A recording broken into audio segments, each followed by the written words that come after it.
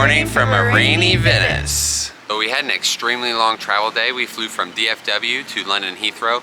We had like a 5-hour layover, and thanks to Lauren's status, we got to sleep in these nice little pod things. They like lifted your feet up and then you put this thing around and it was like nice and pitch black. So that was great. And then we flew into Venice. I drank all of the free champagne, had some sushi even.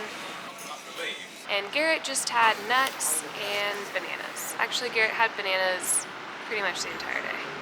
Getting from Venice Marco Polo Airport to Venice is actually super easy. They have these ATVO buses that run, I think, about every half hour or hour. You just get a ticket from the airport. There's kiosks everywhere that say ATVO. And you hop on one of these buses and they take you here. So the benefit about our hotel is that it's actually right there. And that's super great because that means that we don't have to lug our suitcases over bridges. These streets are not super level.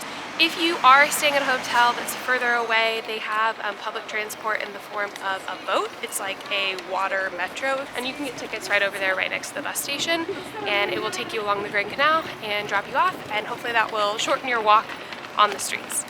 So for dinner last night, we went to Dal Moro's pasta shop. We wanted something kind of quick and easy because we were feeling very jet lagged. So we got some fresh pasta to go. And while we were in there, we kept seeing signs like don't sit on the bridges and eat your pasta, obviously, because you're blocking people from getting where they need to go. So we kind of just walked around the city and ate our pasta, and it was really a great way to see the city and have a good evening. All of this was like 16 euro. Tight groins. Ooh. First stop of any good day is always some coffee. We're gonna go into this little coffee shop right here.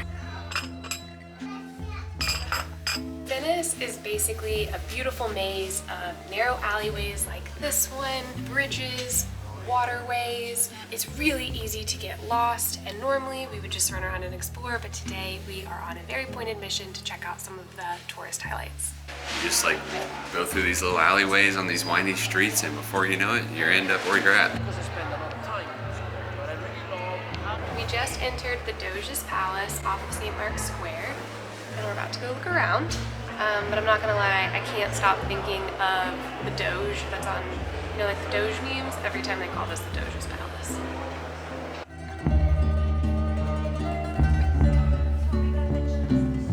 So we're walking around Doge's Palace. What I've gathered is that this was the Doge's Palace, aka the Duke of Venice, and he lived here, but also there was like where all these massive rooms that are gold plated and a lot of very cool paintings, but it was where like the Senate met, and they also had a courthouse here, and then there was a bridge of sighs that connected this palace to, I guess, the jails or the chambers where people were held before they were sentenced to death.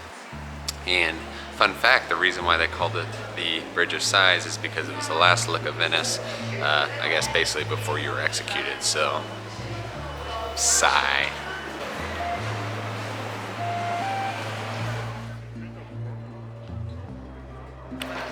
There is St. Mark's Basilica. We were supposed to be in there at about 9 a.m. I think, but for some reason, when I bought the tickets, we never actually got the actual ticket code, so yeah, I don't think Lauren's too happy with me because I was supposed to have this figured out, but it, you know, I don't know.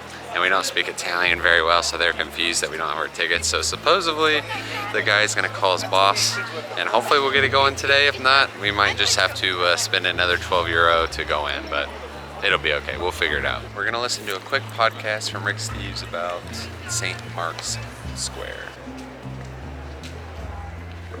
This is the clock tower in St. Mark's Square. At the very top is the winged lion, which is the symbol of St. Mark and Venice. Right beneath it is the world's first digital clock. It changes every 5 minutes. And then below it is your more traditional clock that you see a lot all over Europe, which includes the astrological clock, the zodiac clock, and the actual, you know, hours like we're used to seeing now. Great news, our tickets came through. We are ready to go see St. Mark's Basilica. Let's go. So one of the really cool things about St. Mark's Basilica, or Basilica di San Marco, is the fact that it's a really unique blend of Eastern and Western architectural styles, but it's all mosaic tiles. So the floors, the ceiling, all mosaic. Also it has kind of those domes that are similar to what you see on architecture of a mosque. All right, the sun is finally coming out. ear pods are coming out. We've had just about enough Rick Steves for the day. We did his whole tour of St. Mark's Basilica and St. Mark's Square, or Plaza de San Marco. And now we're ready to enjoy this beautiful weather on a patio with some coffee and hopefully some snacks. Now we're gonna get some Cicchetti from the Osteria.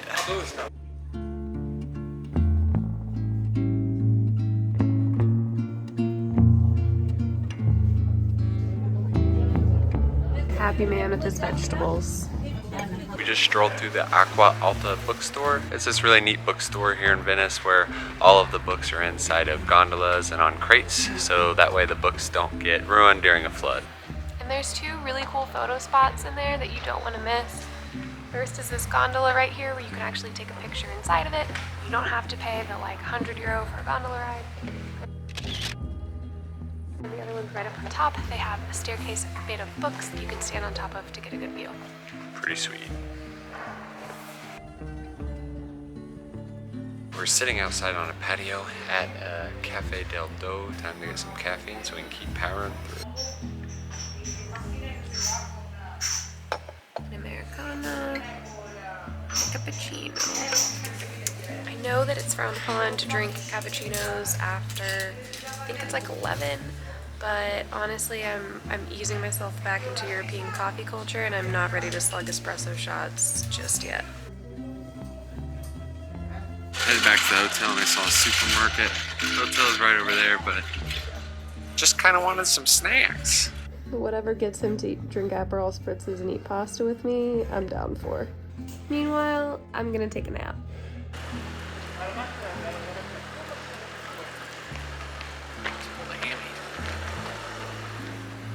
We got all cleaned up. We're about to go get some aperitivo. So we're gonna go find some Cicchetti, which is like a Venetian tapa, small plates that you can kind of order usually with a cocktail. So maybe a spritz or a glass of Prosecco, which is also from the Venice region. And it's a beautiful night here, so we're gonna enjoy it before we, I don't know. Fun fact about the spritz, its name is obviously not Italian, and I recently learned some research that I did before the trip that it's actually German. So it does come from the northern Italy region where there was German-Austrian occupation of Italy, and they thought the wine was too strong, so they watered it down with a splash or a spritz, and that's how we eventually got the spritz. Cheers. Cheers.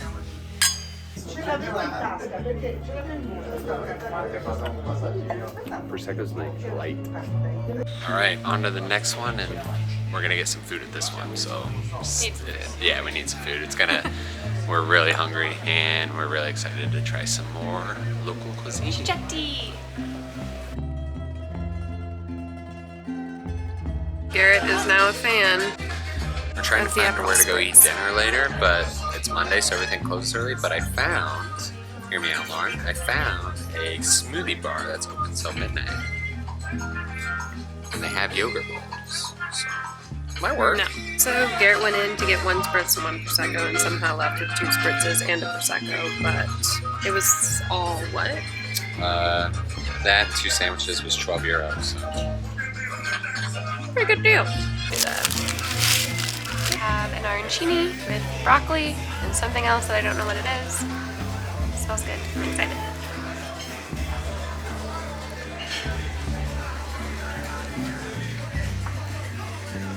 It's good. I might be full after this. One more stop. Forgot it's a Monday and everything's closed, so we're gonna get some McDonald's. What a shame. I'm ashamed. Final stop of the evening. Wasn't what we planned, but it's honestly packed in here, so popular spot. Yeah. Couldn't figure out what we wanted, so we just started walking around, and next thing you know, we ended up at McDonald's. So We don't even eat McDonald's at home. This is probably the first like chicken nugget I've had in a long time.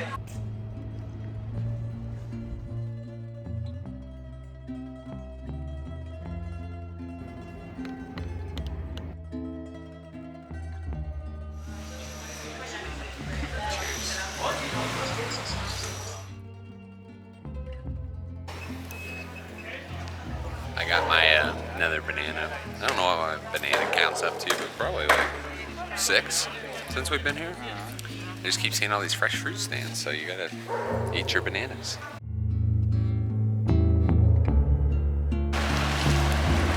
We got our touristy pics of the Rialto Bridge, but it's pretty crowded over here, a lot of tourists, so I think we're gonna keep moving.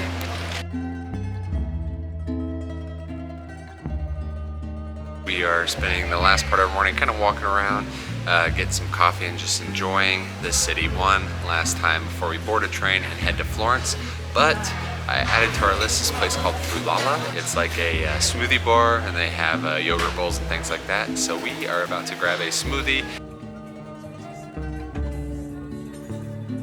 An interesting thing here when you're walking through Venice, you'll see everyone has carts. So you have to walk a lot of places here, obviously, to get food and produce and buy things.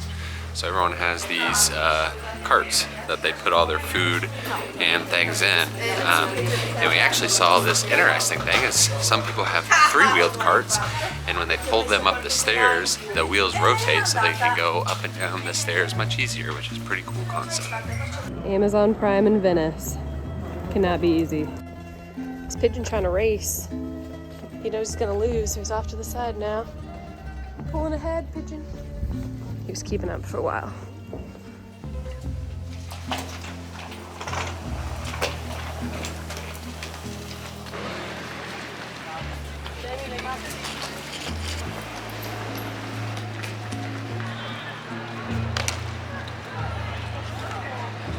Gotta get the workouts in when you can, so I decided to farmer's carry Lauren's bag all the way from the hotel to here. It's really not that far. It probably took like, I don't know, 7 minutes max, but it's kind of fun. People looked at me weird, but you gotta do what you gotta do. Spring and fall are the times in Europe when I'm sweating in a short sleeve t-shirt, and most of the people in Europe are still wearing parkas and scarves, and they're looking at me like I'm crazy, and I'm looking at them like they're crazy, but weather is absolutely beautiful. I don't know how these people are doing in all these layers, but it feels great. That one's us. So early there's not a platform yet.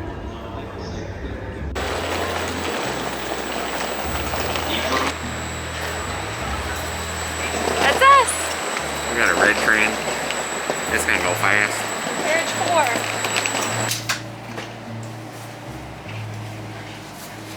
I think we're taking more than our fair share of overhead bin space.